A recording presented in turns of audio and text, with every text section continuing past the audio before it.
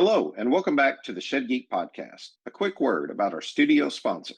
One thing the team at Shed Pro has been hearing lately from shed businesses is that many of them aren't struggling because of lack of demand. Things just kind of stall out. The lot is busy, but growth flattens, and it's not always obvious why. Usually, it's something small. The website, the follow-up, how customers interact with you before they ever pick up the phone. So Shed Pro put something together called the Shed Sales Audit. It helps you get a clearer picture of where you might be losing people. It takes a couple of minutes, and if you want to dig deeper, their team will walk you through it. Here's the thing, 9 times out of 10, the fix isn't more leads. It's a tighter operation underneath. That's the rest of the Shed Pro platform. Configurator, point of sale, RTO contracts, inventory, deliveries, and dealer tools, all in one place. From website lead to final delivery, one clean workflow. Start with the audit at shedpro.co/shedgeek. Thank you, ShedPro, for being our Wednesday studio sponsor and for building something that helps the industry. Okay, welcome back to another episode of the Shed Geek Podcast. And a welcome back to our guest today. Very excited. You guys would have heard him in year 1 or year 2. You know, I got to tell you, it's hard to remember. It's been so long, and we didn't make good on our promise to do a pop-up book. So, you know, there's a lot of chastising going on from the audience right now. I feel it. I already feel it, Sam. But welcome back. Coming to you here. Last time we did had a pleasure of meeting with Sam in Nashville. We're doing this remote today. He is in Montana. We're here in Illinois. But before we get rolling, a few ways to stay connected with us, because we like for you to participate with us. We like to participate with you. It is a difficult industry to sometimes get engaged because we're all so busy, we're so focused. And to be honest with you, we're a little bit conservative and quiet. So not always a whole lot of people out there ringing the bell. And I know how difficult that can be. You're actually seeing someone who's far more introverted than I've led on for 5 or 6 years now. But the way to get a hold of us, 618-309-3648, info at shedgeek.com. Send us messages. We love to talk to you. We love to just chat with people about sheds. Check us out or fill out a contact form at www.shedgeek.com if you'd like to be a guest or do some advertising. Check out our Facebook page. Give us a like and follow. We'll do the same. And check out the Shed Sales Professionals group, as well as if you have Plain Community friends who would like to listen to the podcast, 330-997-3055 is the number. They can go back, save their place, listen to another episode. If they need a registry of all of the nearly 500 podcast episodes that's gone out now, we can do that in our newsletter. And if you don't get our newsletter, just let me know. We'd love to subscribe you to it. Real quick before we get started, Shed Expo's coming up. It's real quick. Today is August 14th. It is about 6 weeks away, and we're going to be in Knoxville. And I want to tell you about our partners over at Pittsburgh Paint and the True Industrial, True Shed Max program they have going on. With the Shed Show coming, they want to see you there. We want to meet with you. They want to talk with you. September 23rd and 24th, the World of Shed Builders getting together. Come by, check out the booth. Check out the worldwide of coatings and the True Shed Max Shed program, where we're also going to do a live podcast with the good folks over there at Pittsburgh Paint. Meet with the team, the color experts, see the samples, the schedules, the demos, and more on the show floor. Look for Pittsburgh Paint's True Industrial booth near the entrance at booth 1501. That's booth 1501 for Pittsburgh Paint True Industrial booth. Get in touch with us ahead of time. Just contact Jamie, our buddy over there at Shedz at pittsburghpaints.com. If you have any questions, get a hold of us. We'll be sure to get you in touch with the right people. Love what Pittsburgh's doing and excited to see their growth in the industry. Sam, welcome back, buddy. Like, first of all, so many things happening.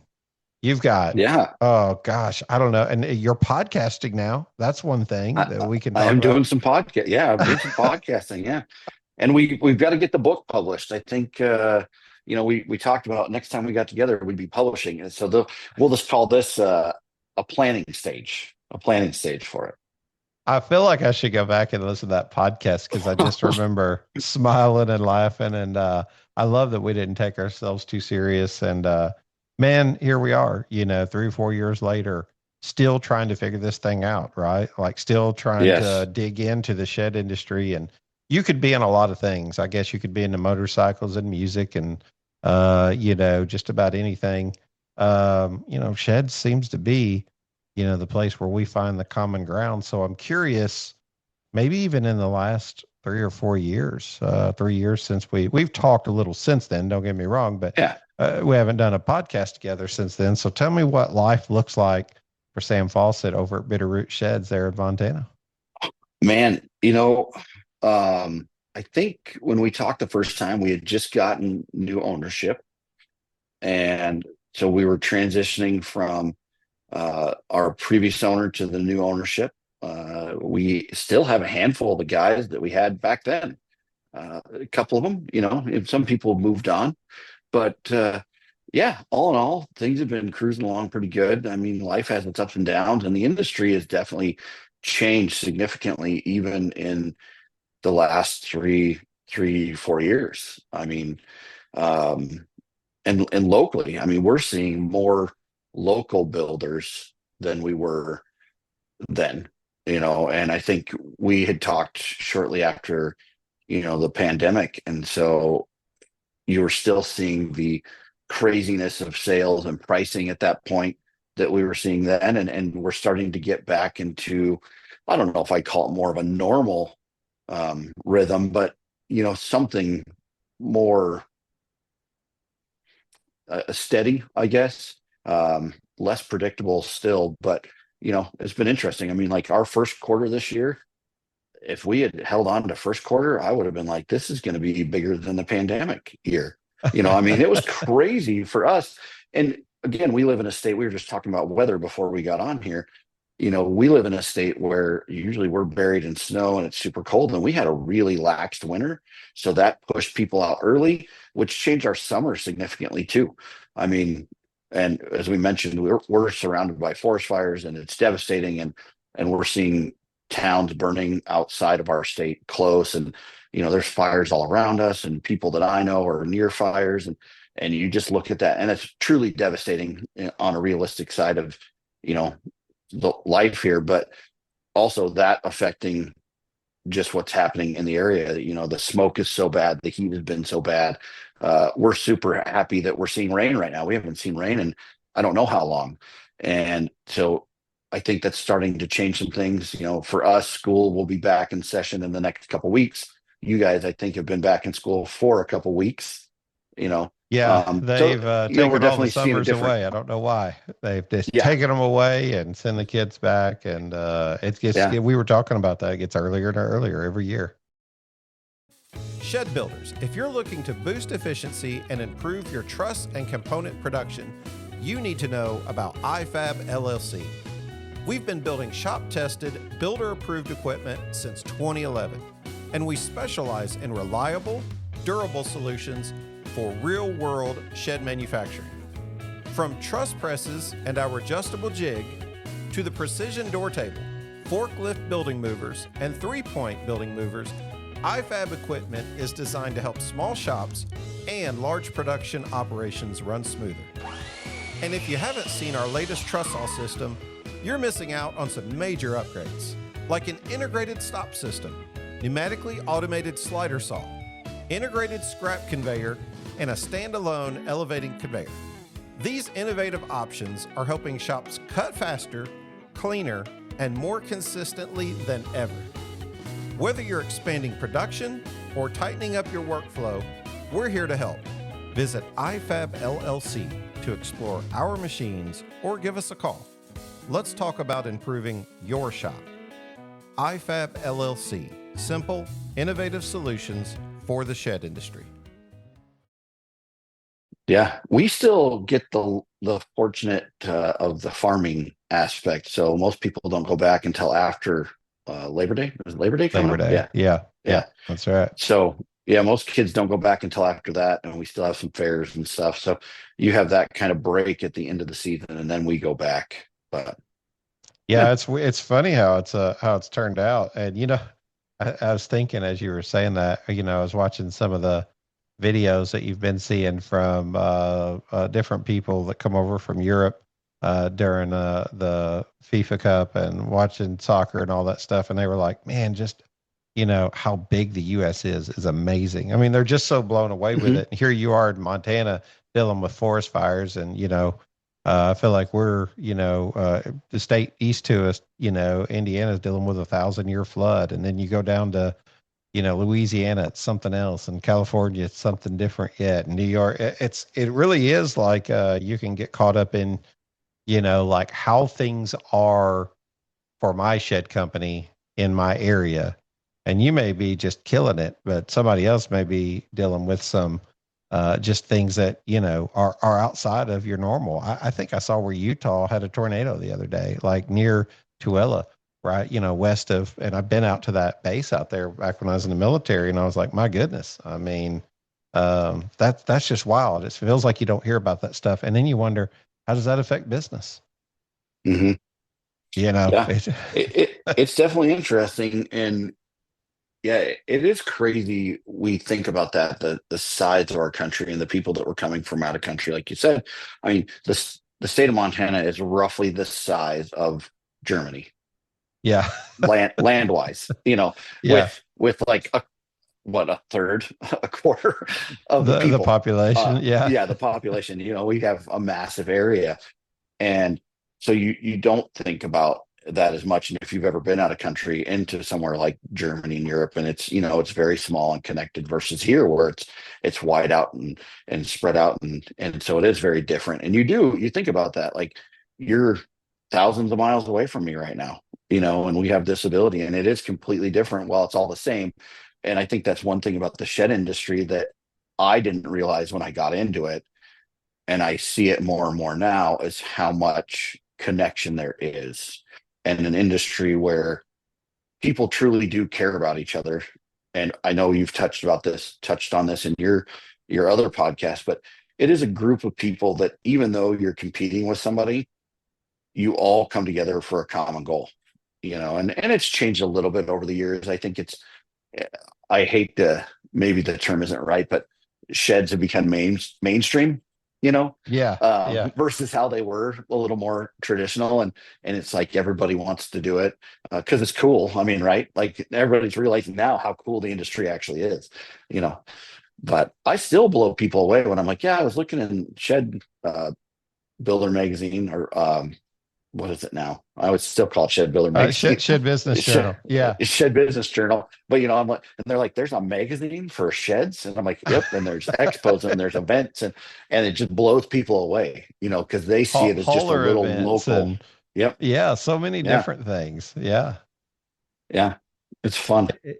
It is wild. People don't get the full picture, but we do. Me and you were shed geeks before it was cool. So, now that other people are buying in, but I do think that maybe that is it's been all the alternative uses that people are seeing. I mean, I do think there's a huge ADU conversation. I think it Hmm. probably bleeds over into just affordable housing in general. And I do believe it, probably not to get too political or try to, I'm staying macro here, but I don't want to say as though I've got it all figured out. But what seems like the middle class getting stretched farther on both ends to the haves Hmm. and the have-nots, because it feels like that divide is getting bigger. So for some people to even be able to afford a shed, that may be more housing related, especially if they're doing something off grid or trying to live minimalistic as much as possible. And then others, these are lake houses for them. These are secondary homes for them. And without Yeah. trying to get in and figure out all the political, pool of all of that, we just try to serve a customer and trying to like fit the times. Like I think we all want a good, strong middle class because that's the backbone of America. But we do see these different things. I mean, outbuildings was just the thing that you heard about for a long time. Just an old outbuilding. Like I think I was telling somebody this. I was joking around with like Cook warehouses that started here in Southern Illinois. I think some of our local municipalities, they branded so well that they would call them Cook buildings. So they weren't even called outbuildings or sheds. They were just called Cook sheds. So like no matter what shed you sold, it was a cook shed, you know. And I think some of our municipalities wrote in there like, you know, you can have one cook shed per however much square footage or Yeah. whatever. And it was just like, wait a minute, you know, now that you know so much about the industry, you're like, but that's a brand that's not, you know, Genius Kleenex. marketing for them, though. That works out Oh, great for them. yes. Yeah. Yeah. We're Yeah. working on that. No. We're trying to get HOAs to only write in our sheds. That's, There you yeah. go. There you go. Yeah. You just gotta, I, yeah, you gotta get in there and work them a little. I think one of the things you're seeing too, and you touched on it with the ADUs, I think you're starting to see more shed companies branch away from having the word shed in their Mm, company title, because it feels like you put them in a box, you know. And now, I mean, how many of these shed companies are building ADUs and they're building homes and they're building all sorts of different things? Like the shed is such a general term that, I mean, I've even toyed with it. I was recently looking at a company and helping with them, and we were rebranding them to be outdoor structures, you know, mm-hmm, because mm-hmm. we wanted to take the shed aspect out of it, just because some people, I think, struggle with that mental thought of I'm buying a house from a shed company, and they go back to what they see at major big box stores or what they've seen down the road, you know, from ABC shed. There's probably is an ABC shed, so you know you can't even make up that name, but you know they see that and they think, oh, I don't want to buy a house from a shed company. But I would go out and say that there are, and we've had these people working for us, and there's probably tons of companies that have the same. You have some of the best builders in the industry Mm-hmm. that are learning things, and they build a high quality building. And we always tell people we build our sheds, again, we build our structures to as close as we can a house, Yeah. you know, and let them know that, you know, obviously there's differences, and you have to draw that line, because nobody wants to put, you know, a $10,000, you know, 8x8 in their backyard. You know, you've got to draw It, the line somewhere. I mean, some people and it do, resonates but with them, right? Like yeah. when they Mhm. hear built like a house, they understand that. Whereas a lot of Yep. times if you say, you know, we got you know, double top plates and, you know, gussets in the corner and we do 16 OC and they're like, what does Yeah. all that mean? And you're like, built Yep. like a house. Built this shed, Yes. built like a house. This structure is Built built like built a Ford house. tough, right? Yeah. Yeah, Yeah. that's right. Yep. Yeah, Yeah. they understand that because that marketing like relates to them. They just need the simple version of Yeah. it. You know. Hi, this is Peter with Making Sales Simple, and I wanted to personally invite you to the Shed Sales Summit this September in Knoxville, Tennessee. First of all, we're going to have some speakers come in that are motivational, but also knowledge driven. So one of the things they're going to teach you is about marketing. And as we look around in this shed industry, there's all kinds of people talking about marketing, but this guy has a proven track record. Steve Robinson will be joining us in Knoxville, Tennessee. You do not want to miss him. He is known for creating the Cows campaign for the Chick-fil-A brand, and he will be speaking to us. Make sure you get your tickets at shedsalessummit.com. You won't want to miss it this September in Knoxville. Yeah. It's definitely interesting. I mean, from the time that you and I talked to where we are now, or me personally, my view of the industry has changed completely.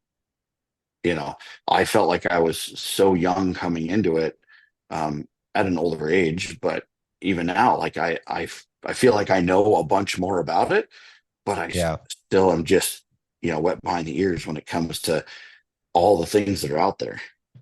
Well, you know, a couple of things that you said that just came to mind. I'll start here. You know, changing the structures. You know, we're launching Shed Geek Structures. Well, we both have shed in the name, but structures in the name because we Hmm. saw. I feel like the same thing you saw. We wanted to not be just Shed Geek or just Shed Geek Sheds. We wanted to be structures because what happens if you get into carports and you Hmm. know, I guess you know. So like going down that rabbit hole, I would say a lot of times that's what happens with growth is sometimes these companies seemingly get so big and have so much growth that you start to find ways to save. So like maybe now you're ordering all your metal and you say, you know what? we could actually order a roll former and put somebody on it every day for the same price as what we're spending on metal. Oh, by the way, it's now a business line opportunity because we can start selling metal too. So Yeah. sometimes they sell that metal, to even their competitors. I mean, like we have a metal distributor advertising with us, so we're, they've seen the value in that, right? To be able to sell metal to other people, because maybe if you're a small mom and pop, you need to still order your metal roofing, or maybe you just do metal sided sheds. But it becomes so valuable that you can almost like uh, uh, sell to your competition, even Hmm. because you're growing. Oh, and I know of a metal company that started that same way. I mean, it's the same thing. It's interesting how, I guess it's the butterfly effect, or the, throwing the stone in the lake or the puddle, the ripples that The come out from ripple. that. And you really look back and see where all these places have started. And it is interesting. I mean, your guys' first studio was a shed. It I was. mean, you kind of look back and you see all the things that have started from the beginning, from just a shed.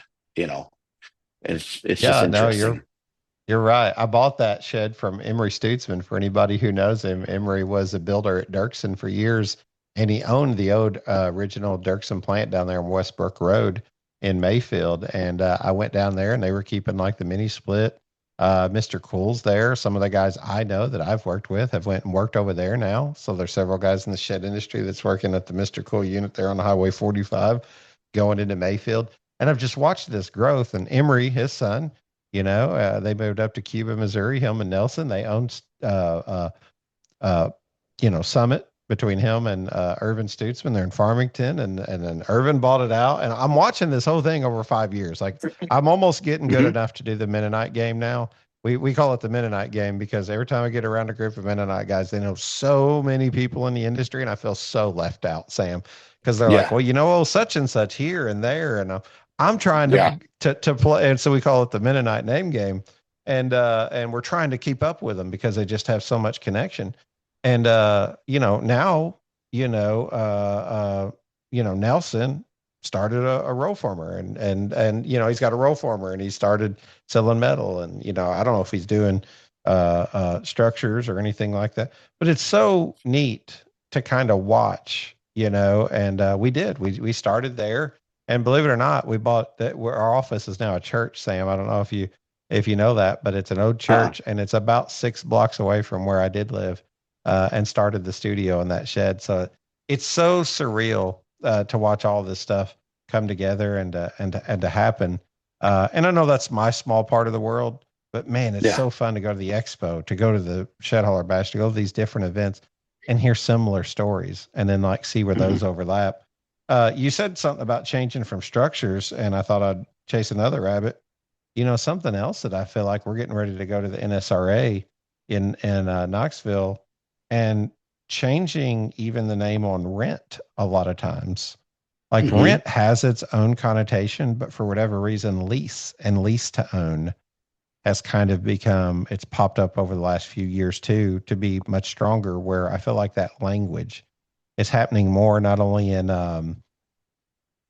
company names, but just in documents and conversation, to try to focus on the difference in rent and lease.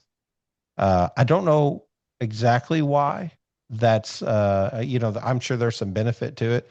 I feel like rent and lease kind of say the same thing, but one Yeah. thing that we clearly are trying to make people understand is that, like, rental leasing, it is just that. It's renting. It's Yeah. rent to own. It's not payments, it's not purchasing, it's not traditional financed, credit regulated. Like, it is leasing. It is renting Yeah. to own. Do you guys run into that much in Montana? We haven't. I really haven't thought about that. We just stay rent to own, and I really haven't thought about the lease aspect. I always look at a lease in my own mind.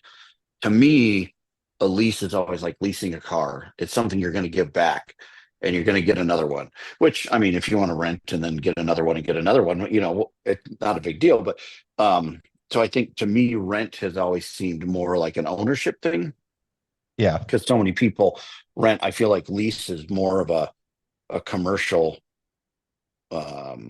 mindset, maybe. I don't know. And that's just my own No, it's 2 good. cents. But Yeah. I think people take a little bit more ownership to rent because you have a majority of people that rent. And we talked about the housing crisis and all that stuff, the ADUs. We could go on ADUs forever. I'm I curious what have you see so many there thoughts. in Montana. Let's We chase that one a little bit, like, because it's so such a big we state and people are a lot off grid, or at least I assume there's less government. I'm from Illinois, so like I just oh, assume in Montana there's less government. So educate me. I, I mean, we have an influx of people from other states that I think over the years have helped create more government. I think some people have Yeah, moved here to escape what they had, and some people have moved here and then just brought what they had, and they I forgot see. what they came to escape. So we definitely have counties and areas that are very highly regulated, but we're even seeing them start to step back. Our local county and the city just stepped back on ADUs, and they made it to where it's a lot easier for you to put an ADU in because it is such a big area. I'm moving, and I'm not used to the video podcast. Mine's all No, you're audio right good. You're now. But good. um, but for us, although it's a big area, we are seeing a lot of restrictions in space in cities and things like that. And so um, the housing is tough, and people are. I think we're also seeing more of the old school community come back, and we could go off on that too. But family compounds, for lack of a better term, family communities. You're Yeah, seeing a lot of that, and we have that here. People are buying property and they're putting, 4 or 5 homes on it, and making it to where that is somewhere that the family can be. And a lot of those, because they're starting those out, they are looking at sheds or ADU structures to put on those and eventually build into more barn dominiums, things like that. And but yeah, so we've seen a definite ease on the ADUs. You still have to go through all the compliance. You still have to do all the stuff on the back side. So for a manufacturer, you're still doing all the same things you would be doing to make sure that you're doing it correctly and it's regulated and it's all good. And I think that's something that people have to understand is you're buying something that is inspected, engineered, all those things versus putting an 8x8 in your backyard that doesn't have to have all those same regulations. It's a very different structure.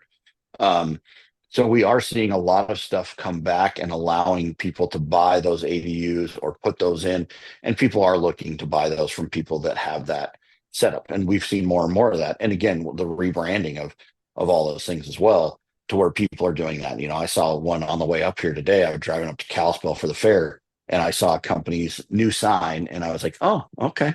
They had rebranded a little bit to make it fit that they're doing cabins and structures, yeah. so. Hey, Shed Geek listeners. I'm Joe Ignis, owner of Velocity 360. At Velocity, we know the frustration of spending thousands on ads with no visibility on what's actually converting. Most leads simply get lost or never called. Ask yourself, does your team respond to every lead within 60 seconds? If they're unresponsive, do they follow up at least 14 times? The reality is your team should be closing, not chasing. They don't have enough time to follow up like they should. All that manual follow-up is exhausting, and it distracts from your hottest leads. Problem solved. Velocity 360 is a white glove, turnkey, shed-specific CRM solution for your sales team. We increase your lead response rate to over 60% without any extra effort from your staff. They just need to pick up the phone and start the conversation once the lead responds. We give you total visibility. You'll see your conversion rates, average sales price, and exactly which ads generate the most revenue and more. No more flying blind. We speak Shed. It's all we do. With 100% American-based support, we build the system for you. We don't just show you how it works. We build it how you want it to work. Stop leaving revenue on the table. Call us at 865-672-8175 or visit velocity360crm.com/sheds to book your call today. Yeah, I mean, I feel like, your neck of the woods is even more of a lucrative area to sort of see that type of structure. And I'm curious, we put out, of course, we're so close to Paducah. I say we're in Illinois, and so people automatically think Chicago, and I can name 10 major cities I'm closer to than Chicago. Yes. I'm literally on the opposite end of the state, a stone's throw from Kentucky. So I mean, I've been there, so I understand. Yeah. Yeah.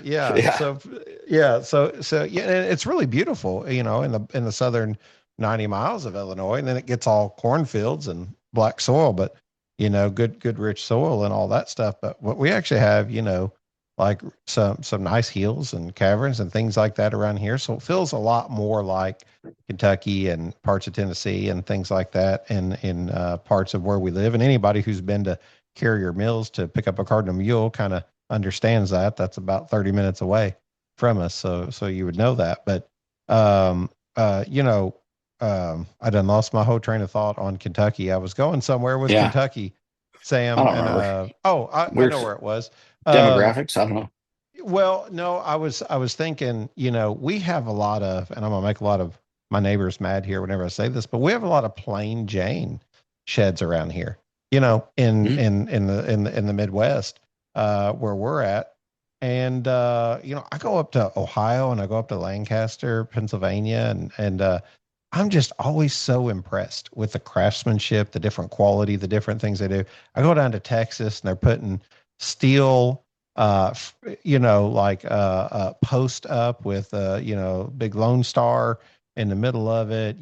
These large gussets and decorated and these Mhm. large oh gosh, these large timbers and huge buildings, very custom to sort of the culture of the state. And for lack of a better way of saying it, Kansas and Illinois and Indiana, maybe not northern Indiana, maybe not parts of Arthur. I'll give us a little bit of credit. Those guys do some really neat stuff. But Kentucky, Tennessee, a lot of us have, going into the South, plain kind of get them out, square boxes, minimal decoration. What do you guys see in Montana? I mean, I love the Texas sheds. I love the Northern Indiana, the Ohio, the Lancaster stuff. Are you guys seeing anything that drives? You said these guys are going to cabins and things like that, and that's what made me think of it. Do you see anything that's driving Y- the boat there? Yeah, I mean, I don't. There is a company I know of right off the top of my head, and they do. I mean, literally and I mean, no disrespect. They're doing a great thing. So I say that because I've done this whole podcasting thing now, and I think about all these things before I say it. But um, they build. I mean, really, they go up to like a 12 by 24. They really do one roof style. They paint on request, but typically it's you paint it. And it is what we're talking about, just a plain basic shed, super well built. I want Yeah. to stress that, like very well built, and they know what they're doing, and they have a great niche in that market, and they're selling like no other. And then you have the people, even along our lines, I would say 98% of what we do is custom. I mean, I can have buildings. It's funny because you'll have people come in, you'll have that this, just that brief moment where everybody's like, well, if you don't have it now, I don't want it. And I'm like, well, if Yeah. I did have it, it wouldn't be that color. Well, okay, I can wait this long to get it, and usually that's when your lead time is the furthest it's been in forever. And so people are like, I have to wait how long? And you're like, oh, if you'd been here 2 weeks ago, but we are seeing to where most of our stuff is custom. I mean, there are times that I feel like stuff sitting on the lot just sits on the lot. And it's great for people to come in and see what we do. But then it's a billboard, basically. Yep. And then at some Yep. point, you're discounting that billboard out so you can get it out of there and put a new billboard up. And we sell those. And there was 2 years ago, I think, that I couldn't keep anything on the lot, and I was still doing customs. And it seems like this last year, you know, the stuff I have in stock isn't a big deal. People are willing to wait again because they want stuff to fit what they're doing. And I know where we're at, it's, people building custom homes, people coming in. And again, we have that influx of people moving into the area, and they want something custom. They want something fancy. They built a $2 million home, and now they want their Yeah. structure outside to match that home To exactly. match. And Yeah. so they're willing to do that. And that's something that we have done at Bitterroot. And there's some companies around us. There's another local company that builds a really great shed, and they do custom as well. And it's something that's definitely set us apart than And again, no disrespect to any of these other companies, and you have nationwide chains that they do something and this is what they have. I mean, if you can sometimes order custom, sometimes you can't. And we've made that niche for us is that it's all custom. And I feel like a lot of times everybody's like, hey, we need to build a bunch of stock. We need to build a bunch of stock. And I'm like, but we don't right now. Like, people want everything custom. And then you run into the problem where how many sales did you lose because you didn't have inventory, Thank you for listening to part 1 of a 2-part series. Be sure to tune in next week for more engaging conversation here at the Shed Geek Podcast. Thank you for listening to another episode of the Shed Geek Podcast. A quick thank you to our studio sponsor, ShedPro.